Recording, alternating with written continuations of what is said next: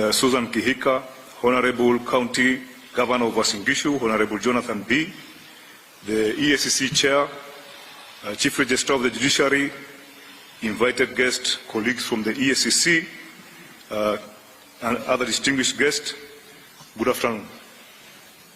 Your Excellency, the Chair has thanked you, but I think as a CEO I also have to thank you again, because by accepting to host us here, there are three things that comes out of you. One, it shows you openly that you are the patron in the fight against corruption. Second, you believe in the institution of the EACC.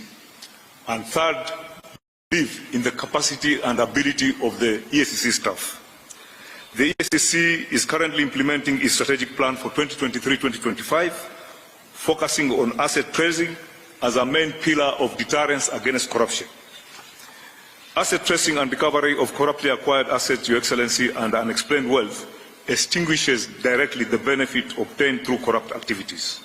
This strategy helps to create necessary deterrence as envisioned in the United Nations Convention Against Corruption, which Kenya is the first country to have signed that convention almost 20 years ago.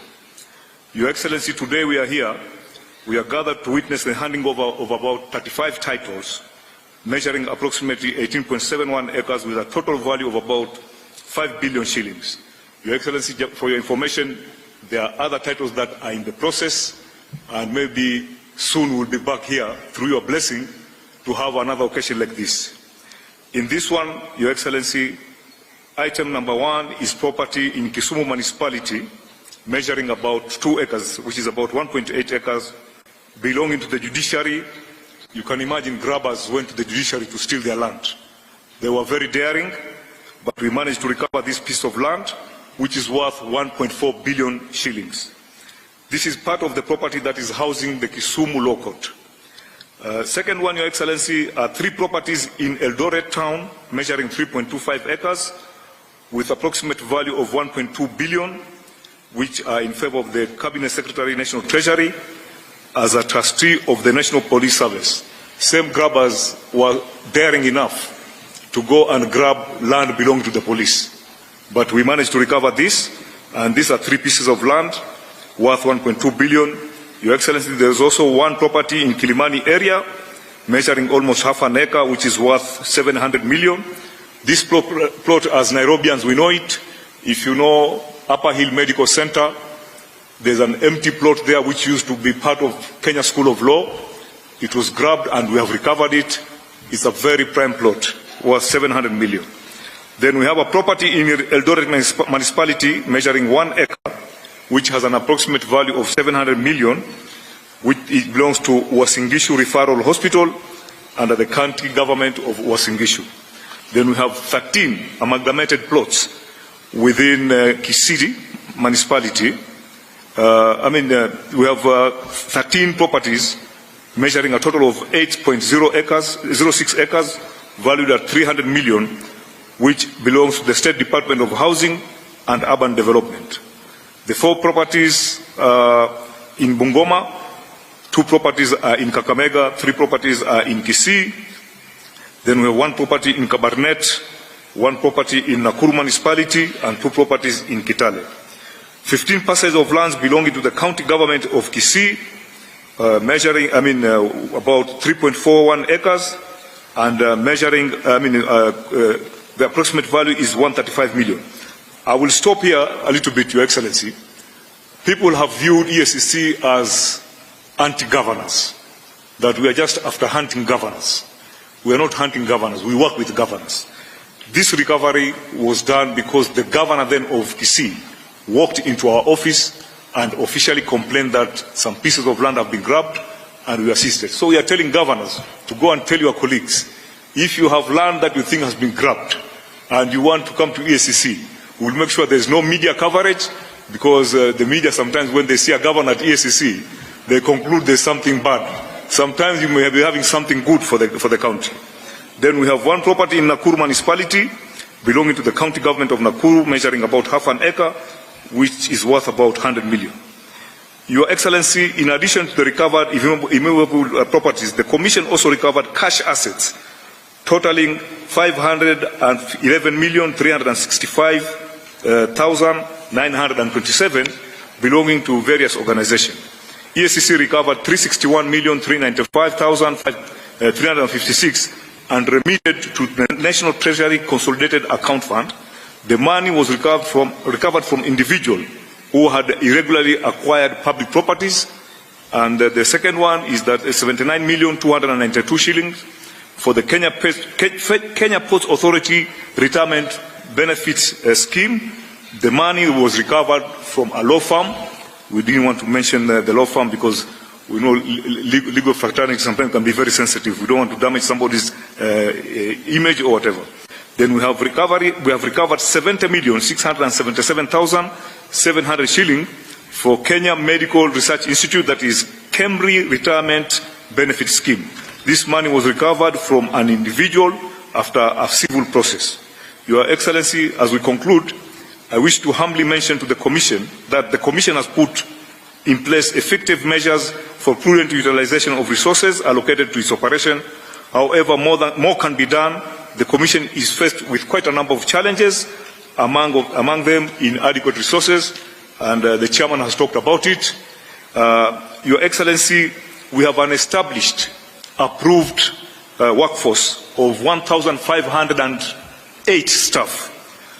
In the last 6 years, we have just been staggering at half of that level. We have 780 staff, and we believe that the CS Treasury is here. We know the country is facing a lot of financial challenges, but at least give us a little bit like medicine each financial year, so that at least we recruit 50, 100 people, 50, 100, and then we'll be able to meet our target. On top of that, we also have a challenge that this Commission loses very good staff. Very good staff. They leave the Commission because since 2004, Your Excellency, it may not be the right thing to talk about. I know we are having a lot of financial problems, but the Commission since 2004, the SRC has refused to review the salary of the EACC because they say already compared to the public service, the EACC, we are overpaid. But it is having a very negative effect. As I'm talking to you, as I'm here representing, last week, a very good investigator was poached by the central bank.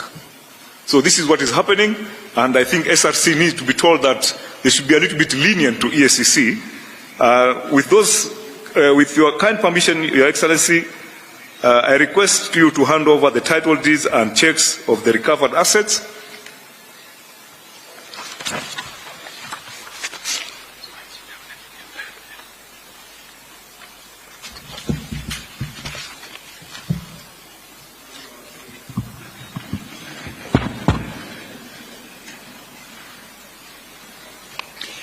Your Excellency, sir, with your kind indulgence and gracious permission, permit me now to invite the Chief Executive Officer of the EACC, accompanied by the Chair, to facilitate the handover.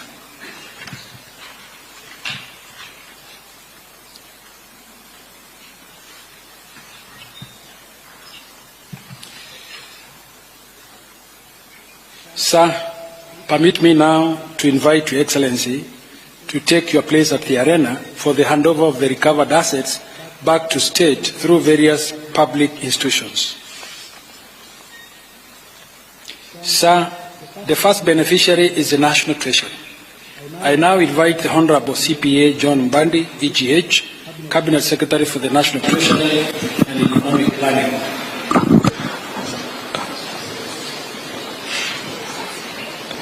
Your Excellency, this title is for specifically judiciary, but all government titles are under the Treasury Secretary. Yes. So maybe may I request to have the registrar of... Yes. The whole go under his custody, sir. Very good. Yes. John? And Chief Registrar. Yeah. Now you have back your title.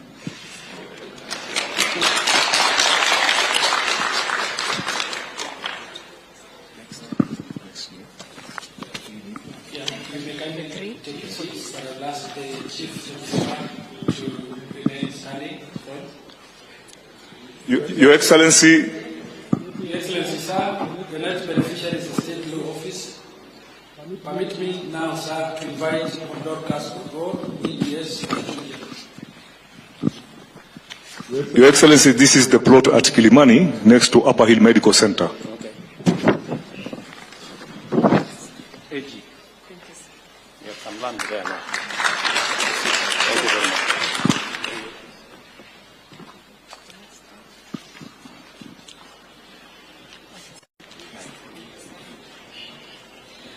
Excellency, sir, I now invite Mr. Gilbert, Mr. Lanat, MBS, OGH, Deputy Inspector General National Police Service, on behalf of the National Police Service.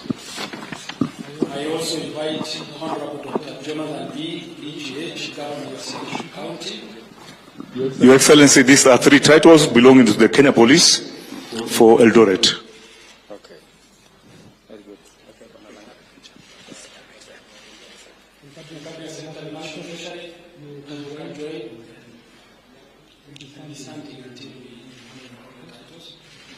I now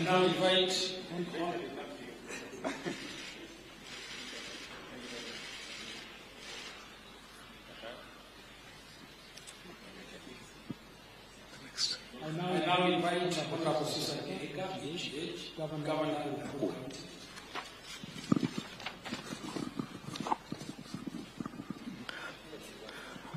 Your Excellency, this is a plot within Nakuru town, which belongs to the county government. Oh, the county government. Yes. You have some land for the county.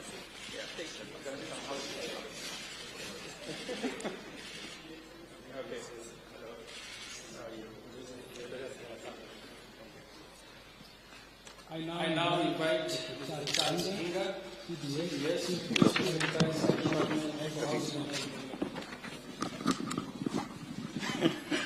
Your Excellency, these are 13 titles for different places within the country that belongs to the national housing. Very good.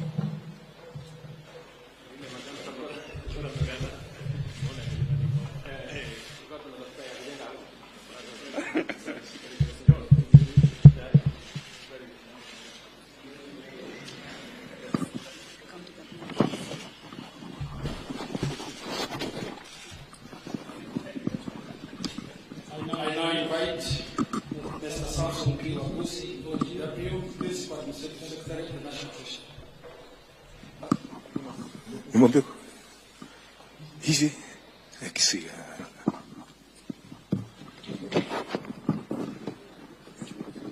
Very good. Good. Very good. You have some money here.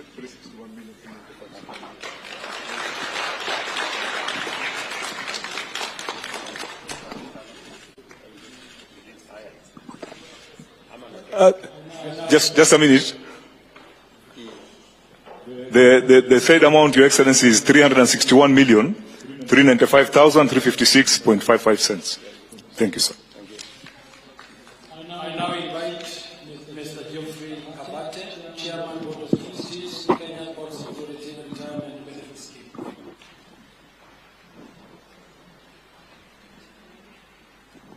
Okay.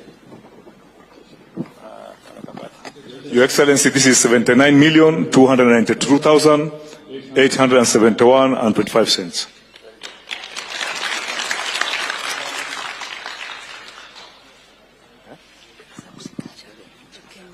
I now invite Mr. David Bett, Chairman, Kenya Medical Research Institute, Cambridge Retirement Benefit Scheme.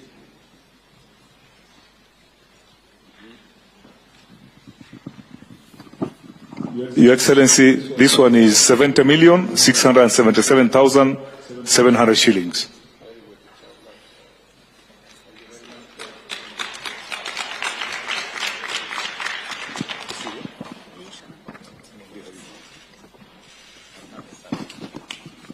Your Excellency, we have 15 titles for Kisii County.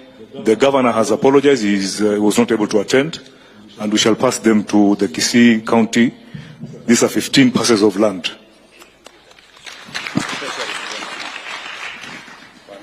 Treasurer, this is county.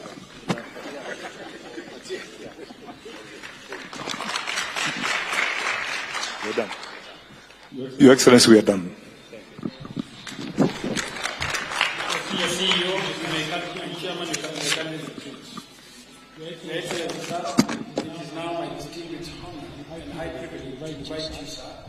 Deliver your keynote address as we mark this monumental milestone in the war against corruption.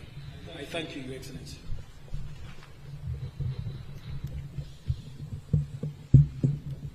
Thank you very much.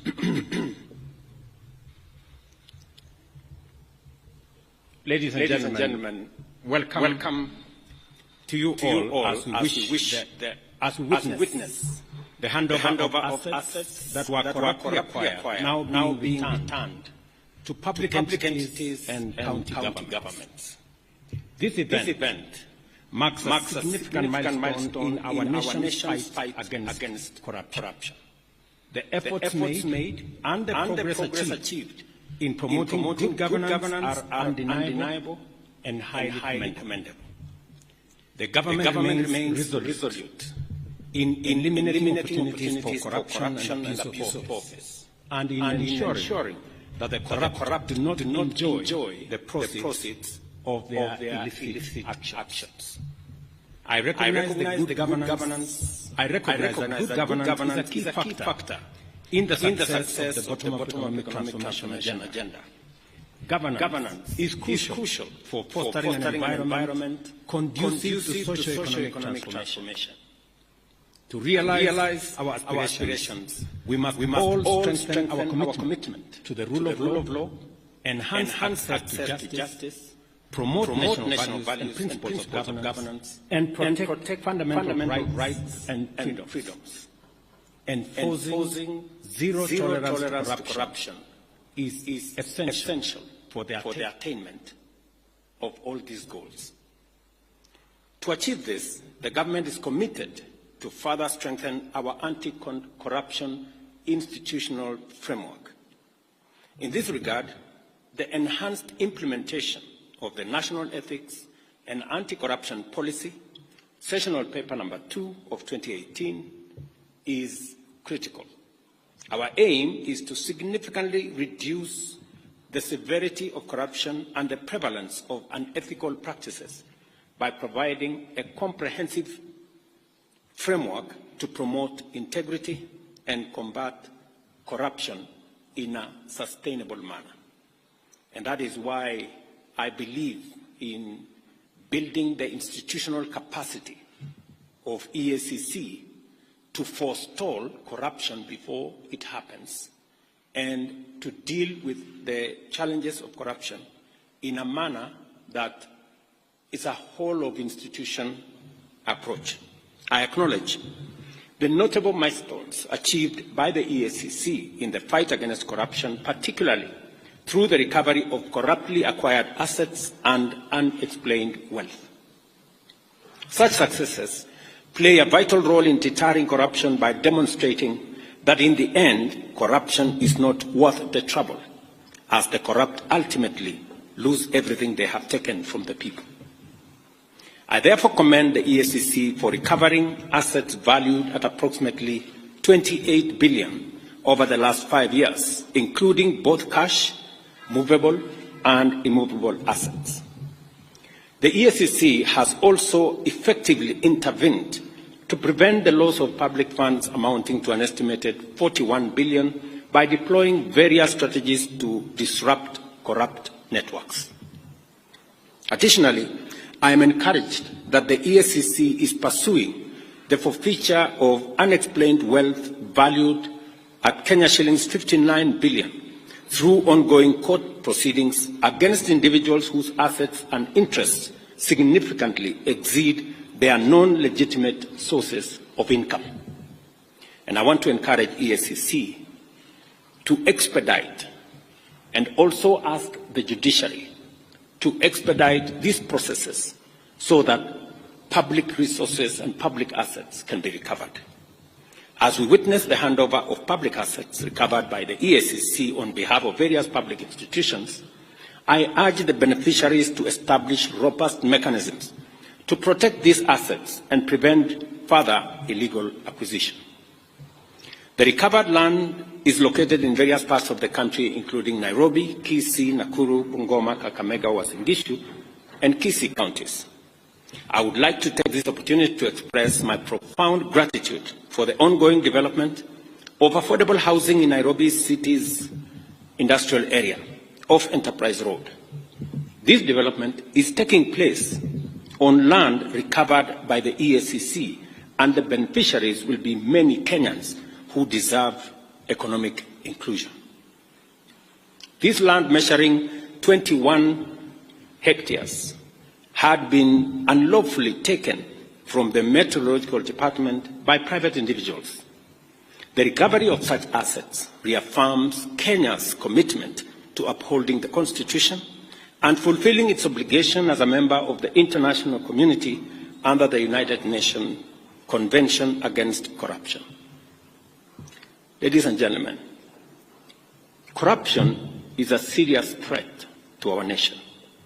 It undermines service delivery, weakens public policy, compromises the public interest, and erodes our institutions, depriving the government of capacity to secure the country and deliver development. Corruption endangers all of us, both individually and collectively. As I have previously committed, we are working on a series of amendments to present to Parliament aimed at promoting accountable leadership and integrity in governance. Among these is the proposal to the Evidence Act and the Criminal Procedure Code, along with other relevant legislative updates to statutes concerning corruption. These amendments will expedite the investigation and prosecution of corruption and economic crimes, ensuring that such cases are concluded within 6 months. I made this commitment, and the Attorney General is seized with the necessary work that will go into us engaging Parliament on the amendments to achieve this aim. Additionally, we will propose amendments to the Witness Protection Act to revamp the statutory and institutional framework for protecting and incentivizing whistleblowers. These changes will enhance witness protection and make it easier and safer for citizens to report corruption and other criminal activities. We will also be proposing amendments to the Public Finance Management Act and the Public Procurement and Disposal Act. The goal here is to overhaul the institutional and operational framework of public procurement, which is the biggest challenge that we have. In fact, it's correct to say this is where the devil actually lives, which has been identified as a key area of corruption, conflict of interest, and abuse of office in the public sector. These amendments aim to deploy digital infrastructure to create an open, transparent public procurement platform, allowing real-time, end-to-end public visibility of the entire process, from advertisement to contract award.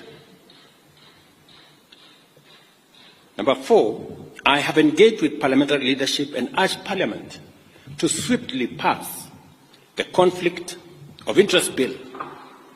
I am told there is a mediation process that is going on in Parliament, but I have told them with clarity that I will veto any bill that does not establish a high standard of accountability, integrity, and anti-corruption measures, and I will fully exercise my powers under Article 115 of the Constitution to ensure that the bill meets the rigorous standards set out in the original draft bill. Because some amendments have been introduced to water down what the original bill envisaged. We must do everything within our power to end corruption in every organization, at every level of government, and across all regions of our republic. To this end, everyone entrusted with public authority must be held to high standards of transparency and accountability. Parliament and all stakeholders must work together to strengthen the anti-corruption legal framework, ensuring the swift resolution of corruption cases. We must also foster partnership to raise public awareness of Chapter 6 of the Constitution, integrate anti-corruption education into school curriculum, and support grassroots organizations and citizen action groups in promoting good governance at every level. I commend the EACC for its dedication in the fight against corruption, and I want to confirm to both the Chair, the Commission, and the CEO that they have my government's full support, and we commend you for what you have achieved. We know there are challenges, budgetary challenges, but the one item that I insisted that should not face the budget cuts that we were going through is the EACC, because I know the importance and relevance of what you do in safeguarding public assets and public property.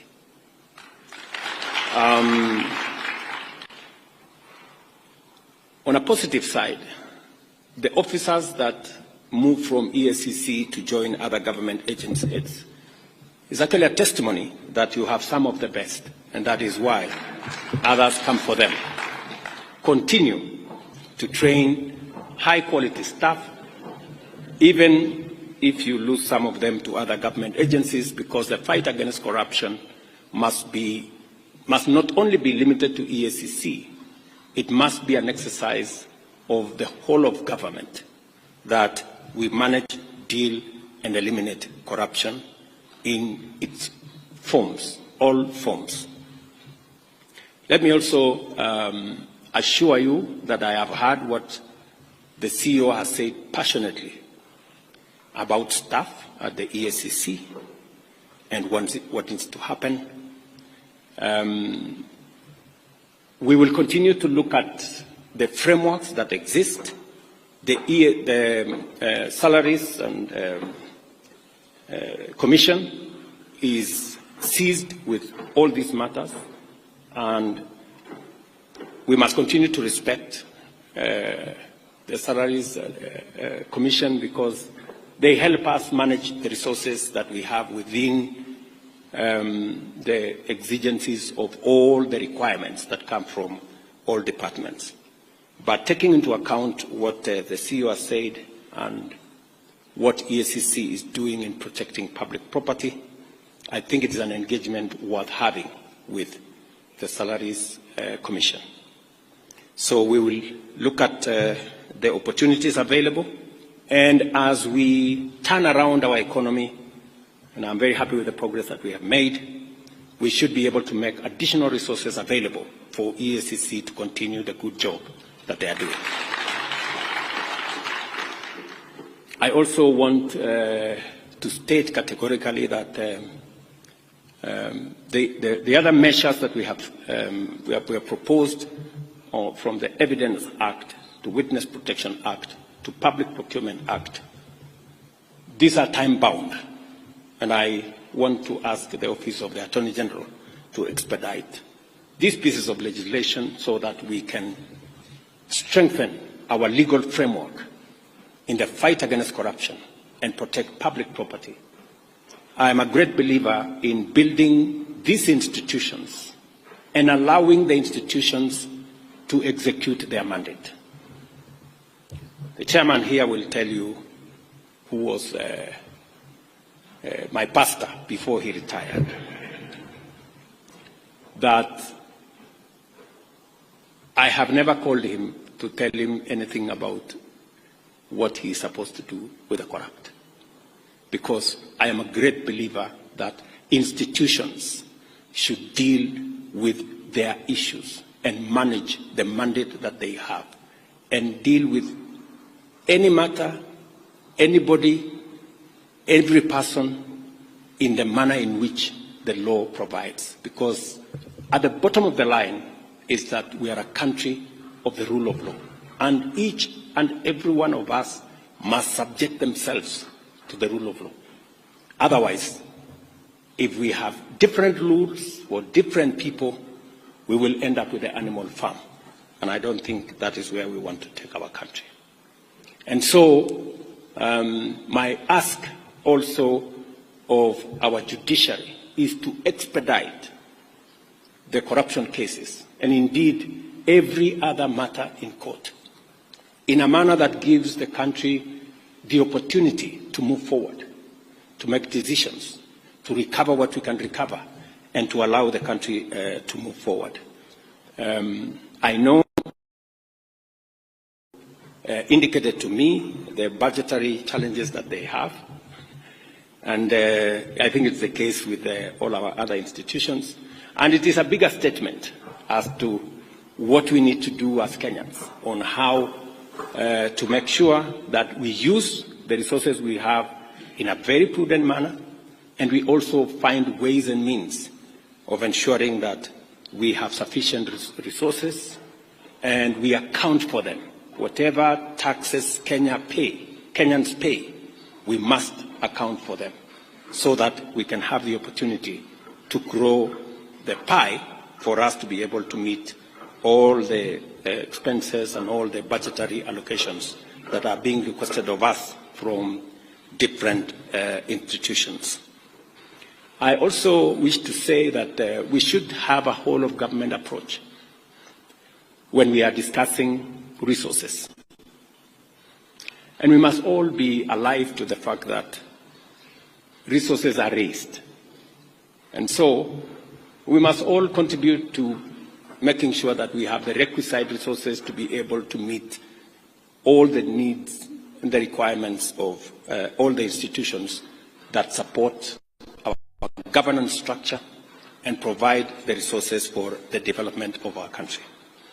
I am very confident that working together between the judiciary, the legislature, and the executive, as we have undertaken, we should be able to move the country pretty fast into the next level. So again, I commend EACC, and I want to assure them that we will continue to undertake necessary reforms to strengthen oversight institutions and improve service delivery to all the people of Kenya. And I'm asking all arms of government to work together in concert to make sure that we not only raise the resources that are necessary for us to run the affairs of our nation, but resources raised must also be protected by all of us, making sure that we account for every tax that is paid for by the people of Kenya, and those who corruptly acquire them are made to pay, and assets and properties and resources recovered in the manner in which EACC have done. So thank you very much. My very best wishes. And again to EACC, congratulations.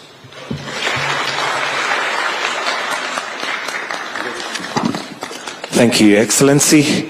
There is a handover of a plaque, and at this point I'll invite the CEO and the Chair to hand over the plaque to His Excellency the President. As mentioned by the CEO, as the patron and a champion in fighting corruption, it is a plaque that is indicative of the support you have given as the President of this great nation. Wonderful. May we take our seats, please? Let's kindly take our seats. Your Excellency, with your permission, would like to seek your indulgence for 2 photo opportunities so that we may immortalize this function. And I'll kindly request that the Chair and the CEO please join His Excellency for this photo. And I'll also invite the Commission to come and join in the first photo. The Commission, kindly. Or the Commissioners.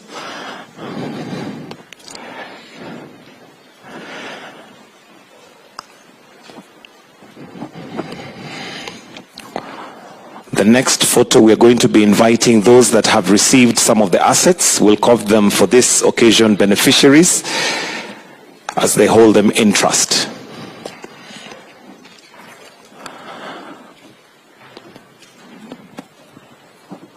may I now invite, while you still remain there, may I invite all those who have received some of the assets, all those who have received assets kindly, if you may now join His Excellency.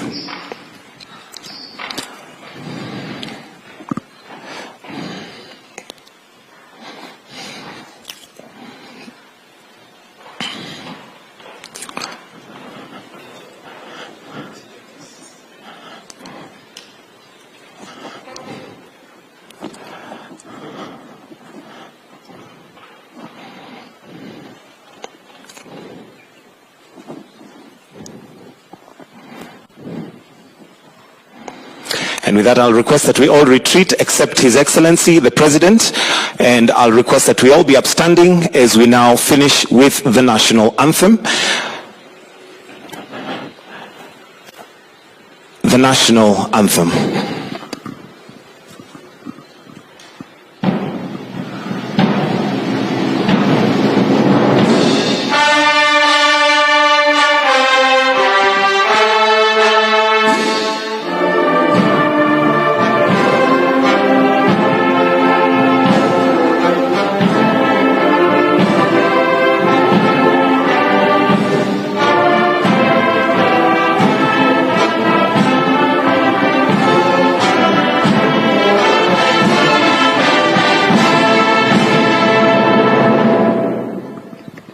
Thank you, Excellency. That brings us to the end of this ceremony. Thank you.